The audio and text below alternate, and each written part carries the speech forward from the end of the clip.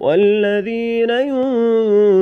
ينفقون أموالهم رئاء الناس ولا يؤمنون بالله ولا باليوم الآخر ومن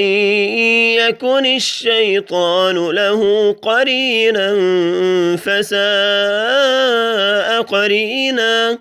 وماذا عليهم لو آمنوا بالله واليوم الآخر وأنفقوا مما رزقهم الله وكان الله بهم عليما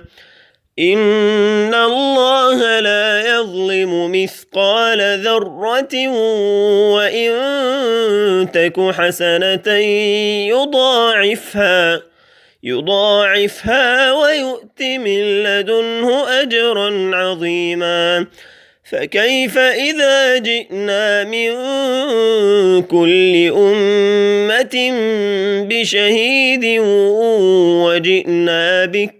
وجئنا بك على هؤلاء شهيدا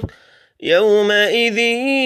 يود الذين كفروا وعصوا الرسول لو تسوى بهم الأرض ولا يكتمون الله حديثا.